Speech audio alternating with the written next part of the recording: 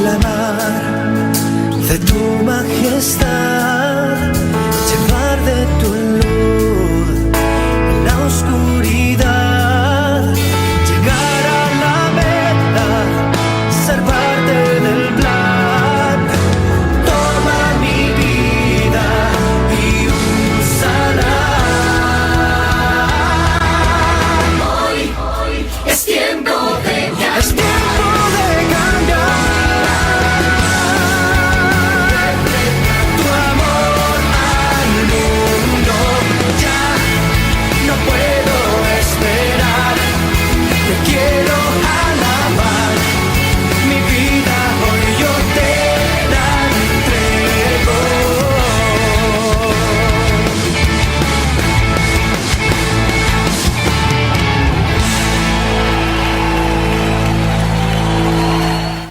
Bienvenidos a este nuevo programa de Enlace con el Señor. Estuvimos hablando de Saulo de Tarsis, un hombre a quien todo el mundo tenía miedo. Todo el mundo de los cristianos estoy hablando, ¿no? Pocos años después de la muerte y resurrección de Jesucristo, aparece Saulo como gran militante en contra de los cristianos. Y entonces leemos en la Biblia cómo él fue testigo de la muerte de Esteban por lapidación, o sea, lo mataron a pedradas porque él era un cristiano y planteó cosas que no pudieron negar los religiosos de su día, los mismos que mataron a Jesús, bueno, terminaron matándolo a él.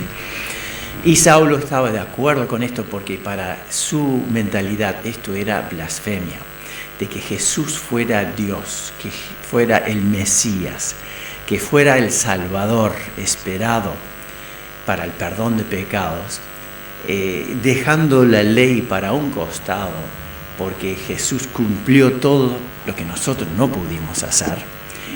Y toda esa prédica para Saulo era nocivo. Hay que extirparlo. Entonces era su misión en la vida. Un hombre muy enseñado, cumplidor, estricto, tenía todas las cualidades, hasta poder decir de sí mismo hebreo de hebreos, fariseo, ¿no? De la secta más estricta de los cumplidores de la ley. Entonces, no entendiendo nada de Jesús, optó por ese camino. Pero ya vimos en otro programa su conversión, encontrándose en ruta a donde iba a extender su influencia y llevar preso a más personas, de las que incluso se habían ido de Jerusalén hacia lugares tan distantes como Damasco. Y allí, claro, con una vida con Cristo, no quedaban mudos, sino que anunciaban, sí, nosotros creemos en Jesús, Salvador, y entonces explicaban todo, y otras personas más se convertían, y Saulo entonces iba en esa dirección. Fue allí donde Cristo lo encuentra en el camino, lo tira de su caballo, y entonces Saulo dice: Señor, ¿qué quieres que yo haga? ¿Quién eres, Señor? Y yo soy Jesús. Vino esa voz del cielo: yo soy Jesús a quien tú persigues. Todo esto está en Hechos capítulo 9 de nuestras Biblias, y leyendo un poco antes y siguiendo ya tenemos la historia completa, así que ya tienen los deberes para esta semana. Entonces aprovechen que no se puede salir mucho. ¿Y qué vamos a ver hoy? Hoy quisiera ver con ustedes 5 pasos en la vida de un nuevo creyente. A veces nosotros hablamos cosas demasiado extendidas y ustedes dicen, bueno, ¿dónde comienza todo esto? Y bueno, vamos a simplificar 5 cosas. Con una mano vamos a poder recordarlas toda la semana. Entonces, lo Primero, es que dice versículo 11 del capítulo 9, que Dios le avisa a otro discípulo que Saulo estaba orando. Saulo estaba orando. Y ese es el punto 1 para vos, mi amigo, para usted que me está escuchando y viendo, bueno, que podamos compartir esto. ¿Qué es esto de orar? ¿Qué es esto de orar? Y yo estaba pensando en algunos versículos. La Biblia está llena de oración. Expresiones del alma, no son cosas memorizadas, son lo que yo siento, lo que necesito, lo que yo quiero decirle a Dios ahora. Y Dios está escuchando. Tenemos, por ejemplo, en Salmo 139, el hecho de que Dios sabe, aún antes que nosotros le hablemos y le expliquemos lo que nos está pasando y lo que Él tiene que hacer. ¿Se dan cuenta, no? Nosotros hasta le decimos a Dios cómo tiene que solucionar nuestros problemas. Pero aquí en Salmo 139, 1 dice: Oh Jehová, tú me has examinado y conocido. Me has examinado y conocido. Tú has conocido mi sentarme y mi levantarme. Has entendido desde lejos mis pensamientos.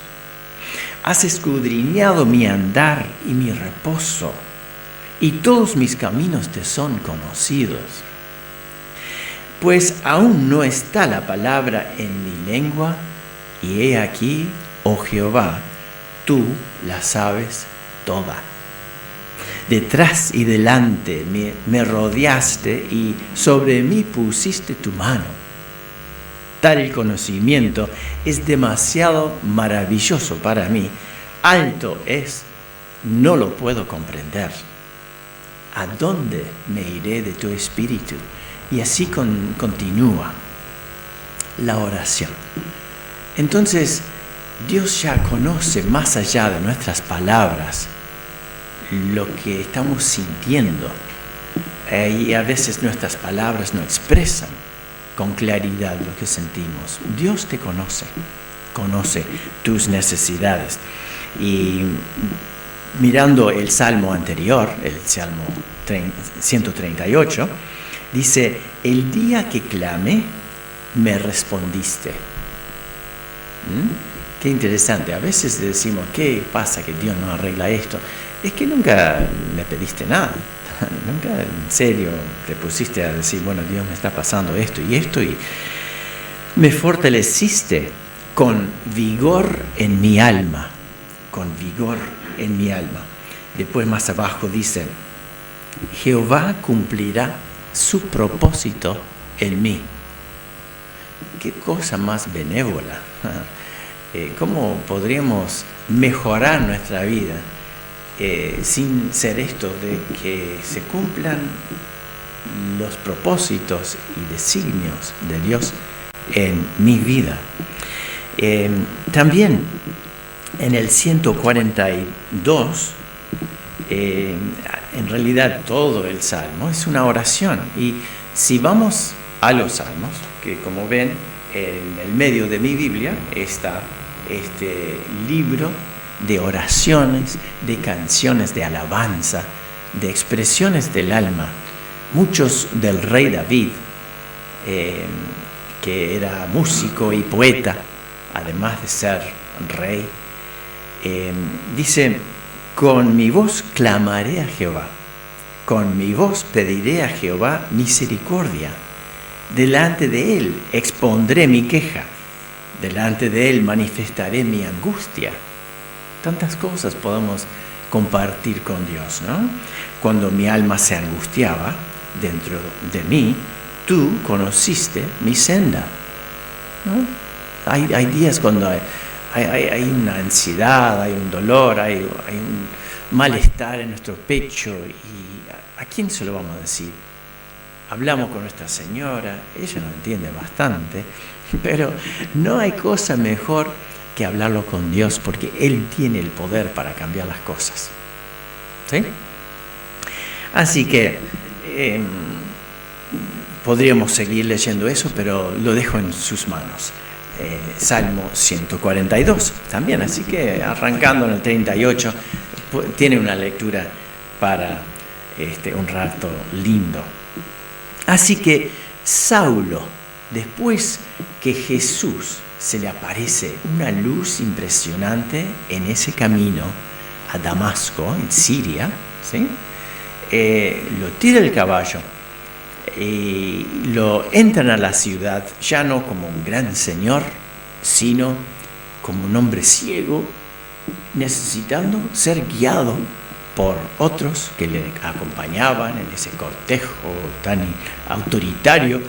¿Y quién es este que entra? Es Saulo. ¿Saulo? Y claro, ahora era un hombre que se había encontrado con Jesús y estaba en un proceso de cambio de ese orgullo prepotente y perseguidor a un discípulo de Jesús. A veces decimos, el orgullo nos quita las posibilidades de conocer a Dios. El orgullo es nuestro enemigo, es el peor veneno para nuestra alma. No solo para nuestras relaciones laterales, sino también la relación vertical hacia Dios. El orgullo, si eres una persona orgullosa, es una de las cosas para decirle en oración: Dios, quítame este orgullo, me complica la vida, no lo quiero más, no quiero ser el gran Señor, no quiero siempre tener la razón, quiero arrepentirme de verdad. Y así es. Él ora, y hay un ítem más en cuanto a esto de la oración, antes de ver algo del Padre Nuestro. Es 1 Juan 1:9, que dice así. En primer lugar, el versículo anterior dice: si uno dice que no tiene pecado, está mintiendo y estamos haciendo mentiroso a Dios. Y después dice: si confesamos nuestros pecados, Él es fiel y justo para perdonar nuestros pecados y limpiarnos de toda maldad. Si confesamos. Así que en la oración no solo es de hablarle al Señor de nuestros problemas, sino que es también confesarle nuestros pecados, nuestras ofensas. ¿Sí? Resulta muy interesante esto de la oración. Y para ver el Padre Nuestro, que puede ser la oración más conocida, les quiero leer lo que decía Jesús antes del Padre Nuestro. ¿Sí? Y entonces lo leemos en Mateo capítulo 6 y versículo 5. Dice: cuando ores, no seas como los hipócritas. Esa es una palabra fuerte para usar en un tema tan lindo como es la oración. Pero lo dice Jesús, porque había visto muchas cosas. Cuando ores, no seas como los hipócritas, porque ellos aman el orar en pie en las sinagogas, en las esquinas de las calles, para ser vistos por los hombres. De cierto os digo que ya tienen su recompensa. Mas tú, cuando ores, entra en tu aposento, en tu cuartito, cerrada la puerta, ora a tu Padre que está en secreto. Y tu Padre que ve en lo secreto te recompensará en público. Seguramente tendrás otra cara cuando salgas de ese cuartito, ¿sí? Y orando, no uséis de vanas repeticiones, como los gentiles, y así les hace recordar que los paganos tienen sus ritos que no son a Dios y que son muchas repeticiones. Y dicen: no sean como ellos, Dios no está sordo, Dios no está muerto, Dios es real, hay que respetarlo, ¿sí? Y entonces no hagan inútiles, vanas repeticiones, como los gentiles que piensan que por su palabrería serían o serán oídos. No os hagáis pues semejantes a ellos, porque vuestro Padre sabe de qué cosas tenéis necesidad. Qué lindo es conocer a Dios por Padre, ¿sí? Y conoce tus necesidades. Antes que el niño pida championes, ya los padres están mirando y diciendo, chico, vamos al centro, te vamos a comprar algo. Y entonces Dios sabe antes que nosotros le pidamos. Vamos a ver una faceta del Padre Nuestro aquí en este videíto.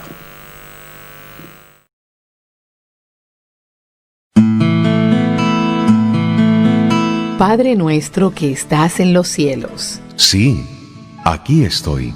Por favor, no me interrumpas. Estoy rezando. Pero tú me llamaste. ¿Llamarte?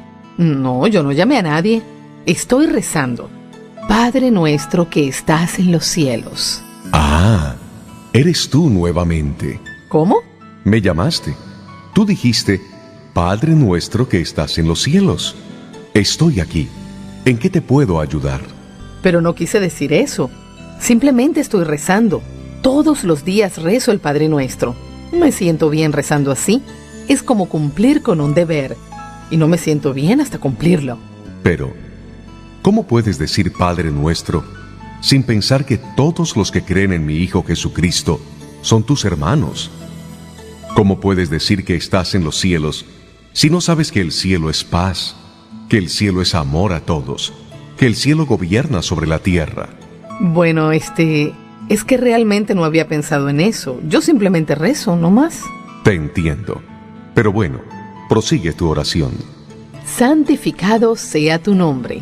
Espera ahí. ¿Qué quieres decir con eso? Quiero decir, quiero decir lo que significa.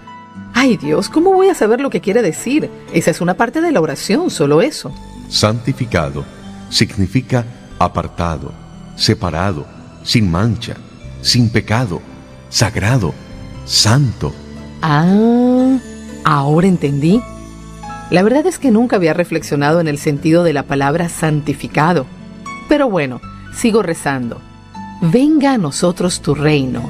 Hágase tu voluntad, así en la tierra como en el cielo. ¿Estás hablando en serio? ¿Por qué no? ¿Y qué haces tú para que eso suceda? ¿Cómo que qué hago? Nada. Es que eso es parte de la oración. Y hablando de este tema de tu voluntad, sería bueno que tuvieras el control de todo lo que acontece en el cielo y en la tierra. Yo tengo control sobre todo, y a los humanos les he dado libre albedrío, que es la capacidad de decidir por sí mismos. Yo no he creado robots, he creado seres con voluntad propia, seres que por su libre decisión me piden que se haga mi voluntad, y no la de ellos. ¿Tengo yo control sobre ti? ¿Te has negado a ti misma? ¿Y me has pedido que se haga mi voluntad y no la tuya? Bueno, pues yo voy a la iglesia. No fue eso lo que te pregunté. ¿Has reflexionado sobre el modo en que tratas a tus hermanos? ¿Sobre la forma en que gastas tu dinero? ¿O al ocio y que no compartes conmigo? Por favor, para de criticar. Te escuché pedirme que se hiciera mi voluntad en la tierra, así como se hace en el cielo. Si eso ha de acontecer, ¿qué hacer con aquellos que rezan pidiéndome lo mismo y luego se quejan por todo? Por el frío, por el calor, por la lluvia, por la naturaleza. Es cierto, tienes razón. Yo, por ejemplo, nunca acepto tu voluntad, pues estoy presta a reclamar por todo y a quejarme por todo. Si mandas lluvia, pido sol. Si mandas sol, me quejo del calor. Si mandas frío, continúo quejándome. Y si te pido buena salud, abuso de mi cuerpo. Y luego me sigo quejando por las consecuencias. Me parece excelente que reconozcas todos tus pecados. Así es como podemos empezar a trabajar juntos tú y yo. Bueno, allí tenemos algo para pensar, ¿no es cierto? Padre nuestro que estás en los cielos. ¿Y qué? ¿Me llamaste? Bueno, Sí, cuando hablamos a Dios, es en serio, Él nos escucha. Y bueno, en vez de pedirle pan, podemos decirle gracias por el pan y ayúdame a no desperdiciarlo. ¿Sí? Cosas así. Qué bien, ¿no? Vamos a continuar con el segundo punto. Hemos hablado de orar y ahora para el nuevo creyente necesita haber obediencia. ¿Sí? Obediencia. Rendirte a Dios para obedecerle. Eso es lo que hizo Saulo. ¿Sí? Saulo estaba sirviendo en otra dirección a una mera religión sin conocer a Cristo. Ahora conoce a Jesús. Y ayer nomás yo preguntaba a un taxista, ¿no? ¿Realmente tu vida está en manos de Dios? Yo sé que vos simpatizás y todo, pero ¿cuál ha sido tu decisión? ¿Cuál es la dirección de tu vida? ¿Tu obediencia a Dios y a su palabra? Entonces, esto es lo que tenemos aquí. Saulo rindiéndose al Señor. Y entonces es lo que Dios espera también de usted, de vos. Entonces, capítulo 9 de Hechos, versículo 15, el Señor le dice a este discípulo que va a atenderlo a Saulo, dice, ve, vaya, porque instrumento escogido me es para llevar mi nombre en presencia de gentiles y reyes y todos los hijos de Israel, un montón de cosas. Dios ya tenía planificado lo que tenía que hacer Saulo. Entonces, nosotros tenemos que entender que no soy yo más, sino que sirvo a Jesús. No soy yo el gran Señor de mi vida, sentado en el trono de mi corazón, sino que es Dios. ¿Tá?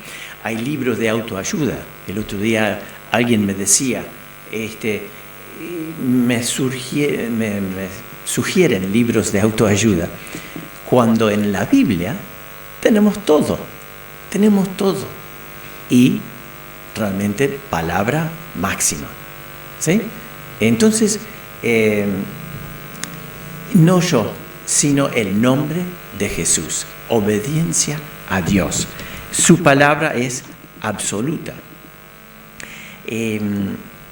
Cuando un hombre fue liberado de un montón de demonios que tenía, ya buscando otro lado de la historia humana, ¿no es cierto? Tenemos el súper religioso y acá tenemos el súper endemoniado. Entre medio, capaz estamos nosotros. Yo acepté a Jesús y gracias a Dios por esa liberación. Y este hombre, que había estado tan mal, notablemente mal, dice a Jesús, quiero ir con vos. Y Jesús no se lo permitió, sino que le dijo, vete a tu casa y cuéntales cuán grandes cosas el Señor ha hecho contigo y cómo ha tenido misericordia de ti. Y dice ahí en Marcos 5, 19 y 20, dice, el hombre entonces fue, hizo como Jesús le mandó, empezó a predicar y de esa manera todo el mundo se maravillaba porque lo conocían. ¿Sí? No tenía que explicar nada, decir yo antes era, ¿no? Todo el mundo lo sabía, convertido en cristiano. Bueno, eso es lo que pasa en nuestras vidas, ¿sí? Así que nos rendimos a Dios para ser su instrumento. Como dice acá en este versículo 15, instrumento escogido. Escogido. Dios no usa un destornillador en vez de una pinza. No. Usa cada instrumento en su lugar. Entonces, si le hizo de una manera a usted, si vos sos un destornillador, entonces Dios te va a usar así. ¿Sí? Entonces tenemos que estar dispuestos a funcionar en sus manos. Dios nos da el don espiritual, un don espiritual diferente a mi hermano para servirle. ¿Tá? Eso está escrito en 1 Corintios 12 y en muchos otros lugares. Un don espiritual, más que un talento. es para servirle, para edificar la iglesia, edificar a mi hermano, ser de bendición a otros. Y también implícita en nuestra conversión es hablar de Él, ser evangelistas. Dice Jesús de ir por todo el mundo y anunciar el evangelio a toda criatura, ¿sí? Y implícita en nuestra conversión no es sentarnos en el sillón más cómodo, sino de movernos como emisarios de Dios. Otro asunto en la vida de Saulo fue de que se bautizó. Enseguida se bautizó. En capítulo 9 dice aquí que fue Ananías, este discípulo, y entonces compartía esos primeros minutos de su conversión, y dice, aún antes de comer o beber nada, después de 3 días, fue bautizado. Y el bautismo es para mayores, es para personas que ya tienen cierta formación, que pueden pensar y tomar decisiones, ¿sí? Nosotros bautizamos entre los 12, 14 años, cuando es una persona que desde niño está entendiendo el Evangelio, que ya aceptó a Jesús temprano en la vida, pero que vaya entendiendo las implicaciones en la vida que es ser cristiano, que sepa arrepentirse, confiar y servir a Cristo. Entonces, el bautismo no demoró nada. En Romanos capítulo 6 dice así, explica clarito lo que es el bautismo, y está en todas partes, ¿no es cierto? Somos sepultados. Bueno, primeramente, ¿no sabéis que todos los que hemos sido bautizados en Cristo Jesús, hemos sido bautizados en su muerte? Bautizados, identificados con Jesús. Dice la Biblia que la paga del pecado es la muerte, ¿sí? Mas el regalo de Dios es vida eterna en Cristo Jesús, Señor nuestro. Entonces, Cristo murió por mis pecados, es mi sustituto. Yo, en forma simbólica, ocupo ese lugar en la cruz, junto con Jesús. Me identifico con Él. Su sangre me limpia de todo pecado. En el bautismo, yo desaparezco debajo del espejo del agua. Bautismo por inmersión, ¿sí? Ahí está la figura. Y entonces hemos sido bautizados en su muerte.